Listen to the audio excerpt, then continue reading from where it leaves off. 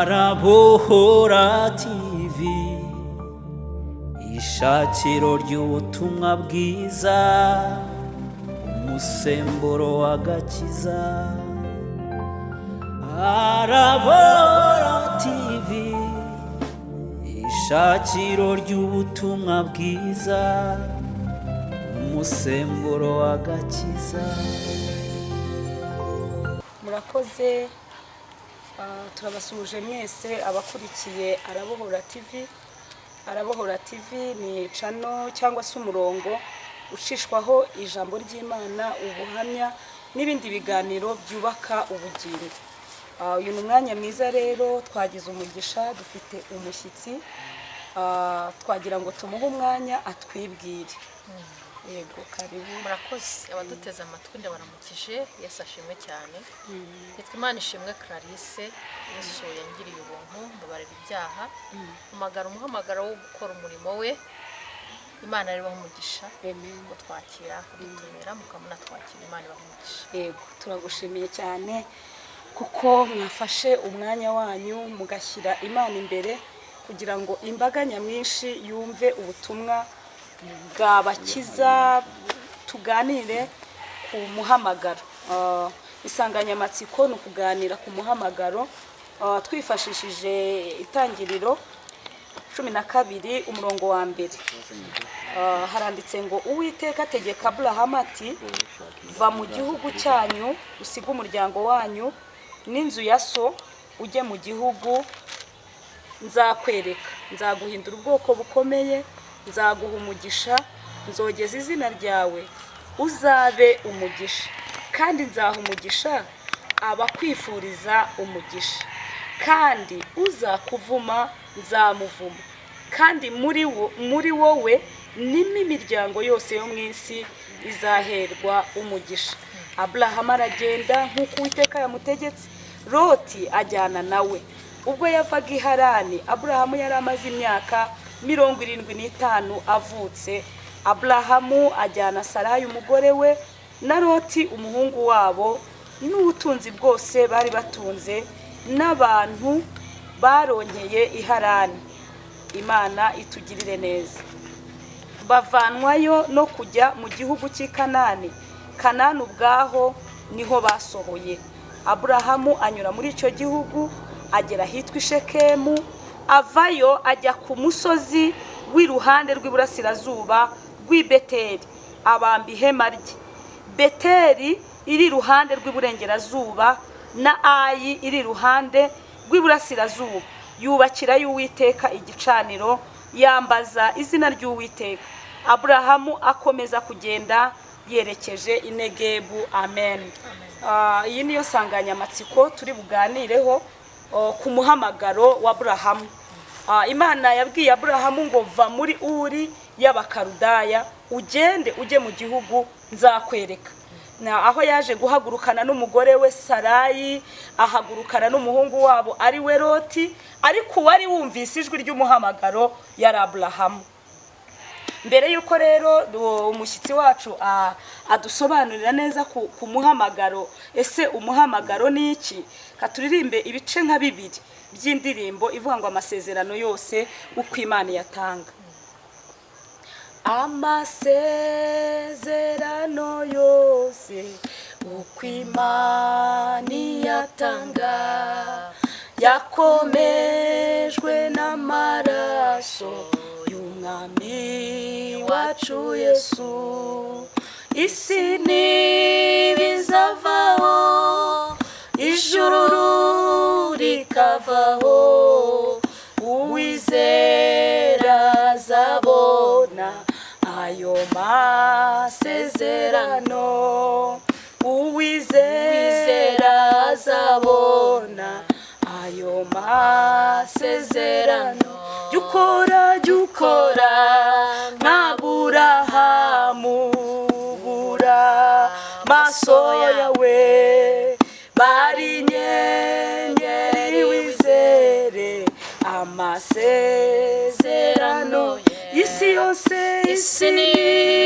bizavaho, ijuru rikavaho, uwizera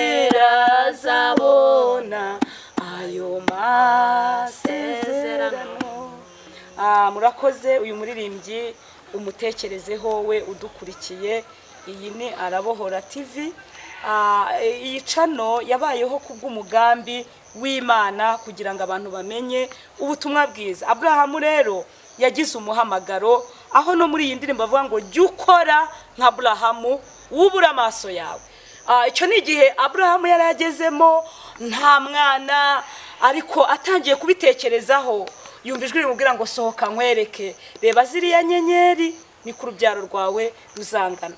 Reka twakire rero umukozi w'Imana Clarisse atubwire gato ku muhamagaro wiwe, uko yinjiye muri uyu muhamagaro. Imana iguha umugisha. Murakoze cyane ku ijambo ryiza, umuhamagaro. Nkuko ijambo ry'Imana ribitubwiye, ijambo umuhamagaro umva harimo guhamagara.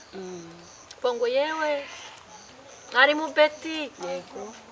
iyo umuntu aguhamagaye aba ari bukurikizeho ijambo agiye kukubwira, ibyo agiye kugusaba n'ibindi. Rero nkuko Imana yahamagaye Aburahamu akamubwira iti siga inzu ya so, siga byose, kuko tubizi aba basengaga ibigirwamana, umuryango wasengaga ibigirwamana cyane. None ati ngwino, hanyuma urajya mu gihugu nzakwereka. Rero niko Imana ijya ihamagara abantu. Nanjye yarampamagaye, impamagara imbwira kugira ibyo siga. Yego. Nari mfite intumbero, hari icyo nifuzaga kuzaba cyo.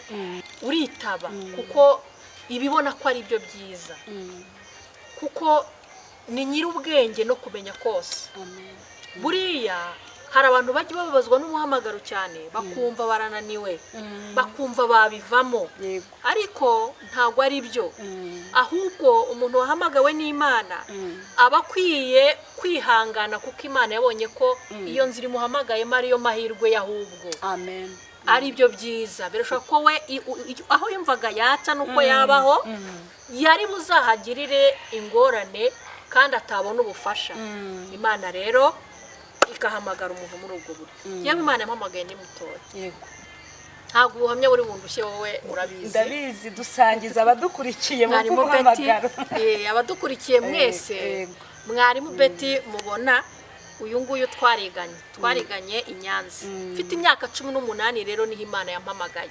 So ukuvuga nakiriye Kristo mfite imyaka 17. Hanyuma umuhamagaro wo gukorera Imana no gusiga nkakurikira ikimana inyeretse, ngakurikira Imana inyeretse. Byabaye mfite imyaka 18, mbyibuka neza cyane. Mbyibuka neza cyane rwose. Hanyuma nabaye umudiyakonikazi mfite imyaka 21, bintu bidasanzwe. Hanyuma mba mwarimukazi mfite imyaka yari itaruzo 23, yari 22 ariko yenda kuba 23 kugeza na bugingo rero ubu. Ni iki cyaguteye kwitaba uwo muhamagaro? Nubwo tubwiye ko byari byiza kumvira ijwi rikubwira ngo nk'iryabwiye Aburahamu ngo va muri urijya, wowe ni iki cyaguteye motivation ukumva wakurikira iyi nzira uri muto cyane, ko bajyaga bavuga ko uyu muhamagaro wajyagamo abantu bakuze? Jewe nyizwa ntabwo bashobora kuguha inshingano rwose uri umwana muto, hashakaga abantu bakuze. Ariko jewe nkavuga ngo buriya kiriya gihe birengagizaga ko Imana yahamagaye Dawidi ari muto. None njya mbyibaza, kuko nanjye uwo muhamagaro wangezeho ndi muto, ariko ukabwiriza bakakureba n'imyaka ngo wari uvuze ubutumwa neza ariko uri muto. None nkibaza, najyaga ngira ifuhe ndagira ngo ufashe abantu basobanurire, none se abato ntabwo bashobora gukorera Imana? None niki cyaguteye motivation? Mbese ubundi mbere yuko ukizwa hari ibintu wenda bikanganye wari warakoze by'ibyaha wenda? Ashwe rwose.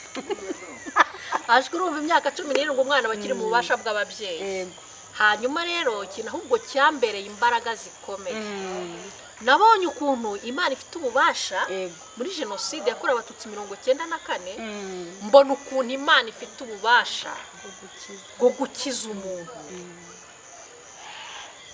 ndavuga nti vrema imana ibaho imana ibaho sigarana gusa umukuru wo kuzabaza bankuriye mu by'Imana impamvu ibyo bibaye irora ariko mbona imbaraga z'Imana mbona ukuntu imbaraga z'Uwiteka zonyine hatarimo iz'umwana w'umuntu zishobora gukiza umuntu urupfu mbona ukuntu Imana ifite ubasha ku rupfu murebana ukanagufata ukanakwica ariko hagasigara ububasha bw'Imana bugufite gutya amen byane imbaraga zo gukomeza kubaha Imana rero hanyuma Imana ibona uwo mutima ariko mu by'ukuri ndi umwana muto genda byibuka kuko mu mirimo nakoze nigishije ishuri ry'inshuke jenoside irangiye twashinze ishuri ry'inshuke ndigisha naryo navuyemo njya gukorera Imana hari isomo twagiraga amasaha twagiraga yo kubaza abana icyo bifuza kuzaba cyo nge rero nabivugaga iwacu nta n'ubimbajije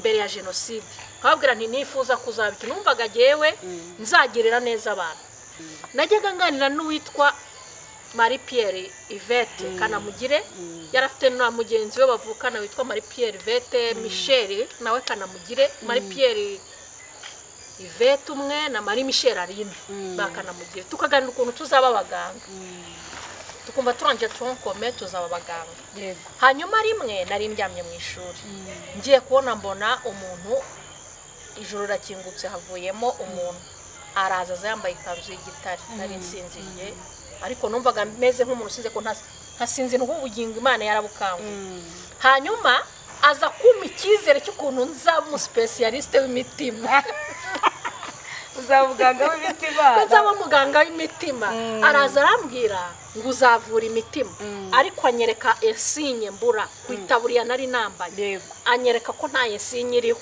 n'ubu nanditse iryo jambo abahanga bazi indimi nyinshi zo kwishora bashobora kuba badekuvura icyo rivuze hanyuma narakangutse bwakiye mbwira uwitwa Yvette nisha ningewe narose ndi muganga w'imitima ntungubu ngewe Imana yampiriye kabisa noneho icyo gihe nari mfite amasengesho hari ikigisho bazabona twakoze cy'imbaraga zo gusenga nari mfite amasengesho twakoraga twihishe batari batwemerera gusenga hanyuma uwo munsi nabatijwe mu mwuka wera mbatijwe mu mwuka wera ndi ku ishuri urumva nari umwana nanjye mu byo kwizera sinari nzi ibyo ari byo wa muntu nijoro aragaruka arambwira ngo yewe ngo cya kimenyetso noneho ngo wakibonye ahita rero sasa nyereka abantu benshi cyane arambwira ati ngaho rero bwiriza abantu ubutumwa bwiza niyo miti mugiye gukiza kuva ubwo kugeza na n'ubu urabyibuka uko twakoreraga Imana na Karemera Alphonse wabanaga natwe ngira ngo ubu ni professeur hano muri Kiste cyahoze ari Kiste ni n'umukozi w'Imana hari i Nyarugenge tugafatikanya hanyuma rero naje kuva mu ishuri ndaza mu mudiyakoni mba mwarimu w'iyo myaka mike cyane nkorera Imana hari ijambo Imana yabwiye Aburahamu yaramubwiye ngo uzakwifuriza umugisha nzawumuha nanjye nk'Uwiteka Imana ivuga ngo ariko uzakuvuma nzamuvuma Imana yari igiye Aburahamu iti maze umuhamagaro rero mama umenye ko ibi bikurikira bibamo harimo kwangwa n'abantu hakamo no gukundwa n'abantu nukuvuga nanjye kuko nagiye mpura n'ibizazane bikomeye amajwi akantu kagakobwa kangana kuriya buriya se kazakora iki umudugudu sasa nagiye kuyobora rero mana nanjye nasengaga mvuga nti ubu Yesu wundi nutantabara nkuko watabaye Salomo urabona isoni zitari bunkore tse akantu kakariya urumva hanyuma mu mateka uwo mudugudu n'ubu abazakurikira izi nyigisho ndabasuhuje umudugudu atangira kuyobora wagize ibihe byiza cyane twubaka urusengero mu gihe kingana n'umwaka umwe turakora twubaka amazu yewe twakoze imirimo itanu no ahubwo imvugo zirahinduka burya Salomo yavuze ijambo ryiza mwari yaravuze ngo iyi migenzereze y'umuntu inezeza Uwiteka bituma n'abanzi be buzura nawe nabonye ukuntu nkorera Uwiteka nta rushanwa ndimo numva nkwiye gukora ibikenewe hanyuma abantu bahindura imvugo abavugaga kari akantu kazafasha ikitorero hanyuma rero naraje Imana iza kuzangenderera imbwira ko izantuma mu mujyi wa Kigali. Hanyuma rero nza no kuzahaza ubu abakurikiye ubu butumwa bwiza tubabwiriza ni mu mujyi wa Kigali turi. Hanyuma rero hageze bibi kibazo bati reka byabaye nta mukobwa ngo amarire ikitorero n'andi magambo menshi ndatuza ngewe urugamba rwanjye ubundi nzi ahantu ndutsindira buriya ku ivi hararwana cyane ku ivi naharwanyeho mu rwego rwo hejuru kurwana ucecetse ubundi ugakoresha umuriro witwa gusenga. Yego hari naho udakoresha gusenga bitewe n'urugamba ishusho yarwo isura ruzanye, ariko mwene nk'urwo nta kindi cyari bumfashe ni ugusenga. Hanyuma rero bisanze banyakiriye nyine kubera gusenga, kandi basanga barihombeje igihe batampaye uburenganzira busesuye. Narakoraga nyine, namaze igihe gito nkora nk'umuvolontaire nk'umwarimu waturutse ahandi, ariko nta responsabilité mfite. Hanyuma rero basanga barihombeje. Gukorera Imana rero no guhamagarwa n'Imana ni ibintu by'igiciro, nubwo duhura n'ingorane zikomeye. Hari akantu gato ngira ngo ngusubize ijambo. Hanyuma hari umwana w'umukobwa twigeze twahura ntamuzi, nari mvuye hari clinique kwa Kanimba.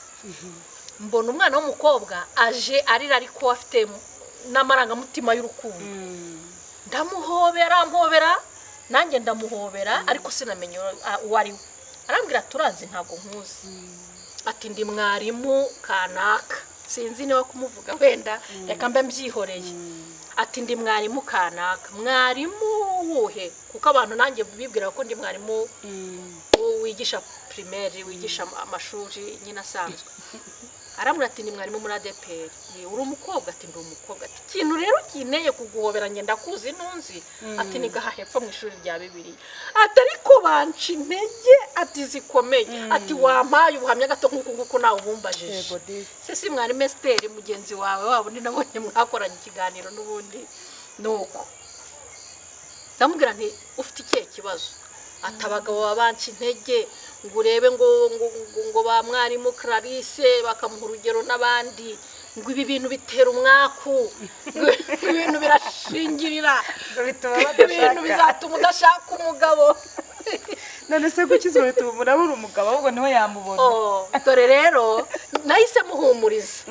Ndamubwira nti inshuti yanjye njye nashatse mfite imyaka 27 ku bushake bwanjye. Ku bushake bwanjye, kuko jewe numvaga ntazashaka ntaragira imyaka 25.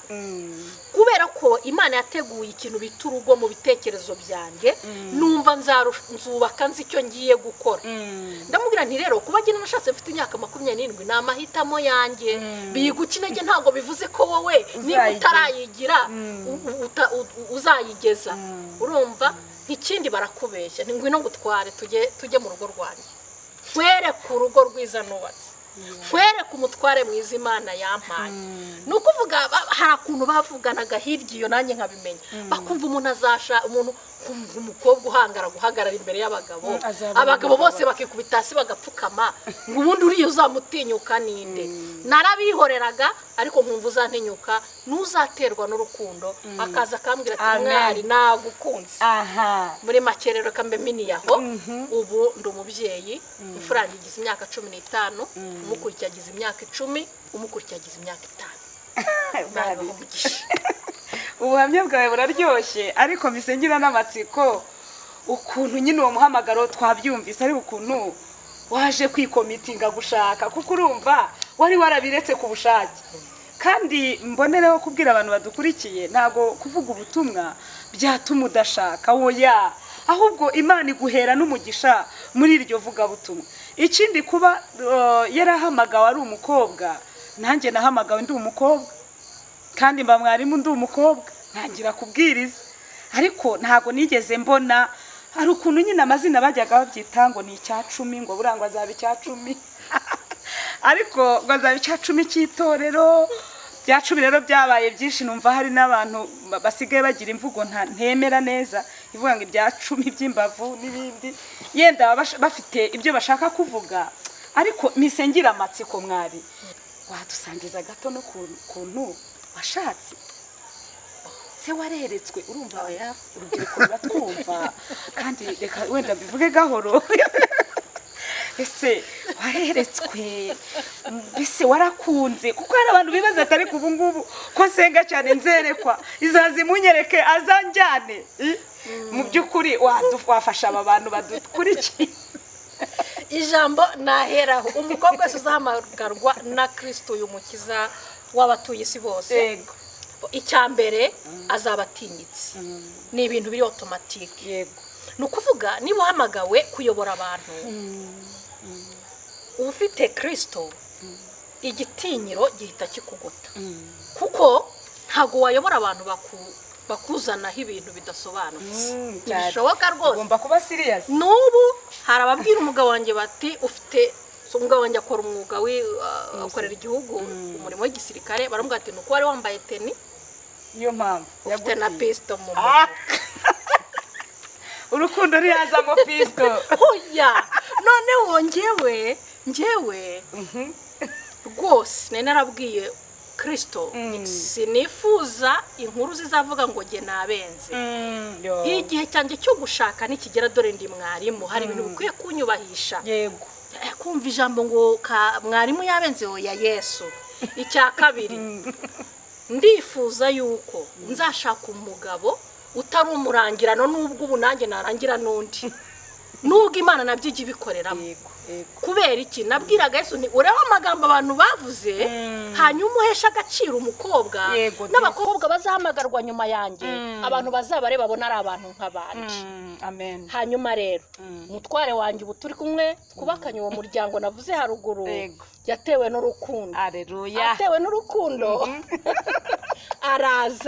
araza nari umwana mba kwa musaza wanjye uri mu bubasha nyine bwaho mu rugo hanyuma araza arambwira ati nagukunze buriya ndagira ngo mvuge kuri iki kintu uvuze mwari si ngombwa rwose ko abantu berekwa oya kwereka ubundi biri kenshi ariko kabiri k'ingenzi hari kuryama ukarota ariko hari no kwerekwa gutya urora amaso ukareba buriya njya nkurikira indirimbo izo bita iz'isi hari umwana umwe waririmbye nubaha wazamunyereka umwana ugerimba akavuga ati mama yambwiye ko urukundo rudahusha yegora numubona uzamumenya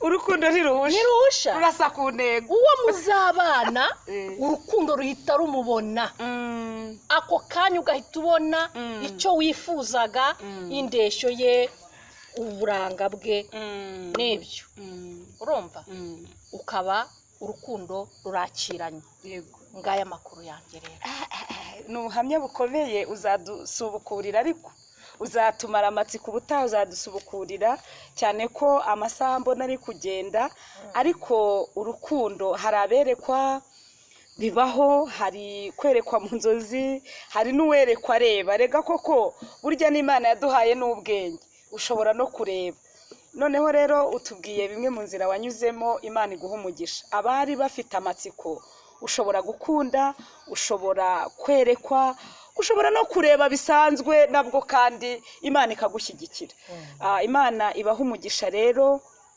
amasaha arasa naho adusiga ariko ndagira ngo mbabwire bibutse abadukurikiye ikiganiro cyari gifite topic ivuga ngo umuhamagaro wa Aburahamu va muri Uriya Bakarudaya Imana irakubwira ngo va mu byurimo bidahesha Imana icyubahiro winjire mu by'Imana ikwereka ari byo mugisha shimira umutumirwa wacu kwemera umuhamagaro hari akiri muto kandi kugeza n'uyu munsi akaba gikomeje ikintu nzi kuri mwarimu Clarisse kuko twakoranye umurimo w'Imana mu bigo by'amashuri muziho ko ari umumama wanga ibyaha yanga amafuti kandi koko ukuri kujya guca mu ziko ariko ntigushye ariko hari igihe unagira ukuri nyirako agashya ukuri guca mu ziko ntigushye ariko nyirako ashobora kugushya bitewe na miriye arimo akoreramo umurimo w'Imana muri uyu muhamagaro rero ndagira ngo nkomeze bene data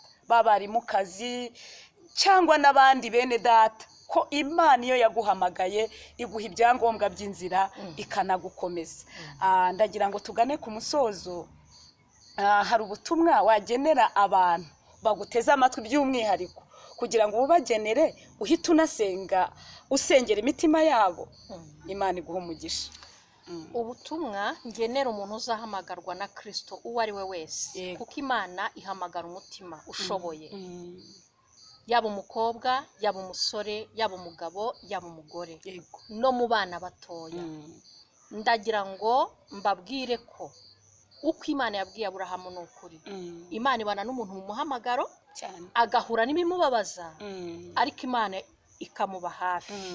Bakomere kandi bazakomere, abaneza amatwi bose. Imana izabaha n'umugisha, kandi umugisha ubura cyane. Ubu ntago nahetse ukungu na kobwa. Imana ishimwe cyane. Uwo ni umugisha, umugisha ukomeye. Nabonye ukuntu Imana itanga umugisha cyane. Muririmbyi nanone yaravuze ngo hari ibintu biba abantu bakibwira ko ari ibisanzwe, rimwe na rimwe bakibwira ko byari bikwiye no kubaho, ariko burya hari Imana isumba byose iba yabikoze. Ntago kubyara ari ibisanzwe. Niba ari ibisanzwe se ubu abatarabyaye bacumuye ku Mana? No, hari twavuga byinshi n'igihe kiraturimise, ariko Imana izabaha umugisha. Yego, nabonye ukuntu umuntu abona umugisha mu muhamagaro. Izogeza n'izina ryawe cyane. Nuzamuvuma Imana izagira ite? Izamuvuma. Abantu mufite umuhamagaro mukomere. Uzakuvuma Imana izamuvuma. Izogeza izina ryawe. Reka ahubwo gucika intege, ahubwo winjiremo neza mu muhamagaro. Basengera Imana. Ndagushimiye Mwami Yesu, watewe n'urukundo, uhamagarwa n'urukundo kuza kudupfira mu isi. Izina ryawe rishimwe. Wasize icyubahiro wari ufite, uza kurura abarushye n'abaremerewe, babyemeye n'abazabyemera. Natwe turi mu muhamagaro, twahamagawe n'urukundo rwawe. Iyo tuzirikanye neza watugiriye, turakomeza tukongera tugakomeza, tuzaruhuka tugeze mu bwami bwawe. Ntago tuzaruhuka tutageze iwawe, ntituzareka n'umuhamagaro tutamuritse imirimo twakoze. Ufasha abahamagawe bose mu buryo bwose mu izina ryawe Kristo. Amen.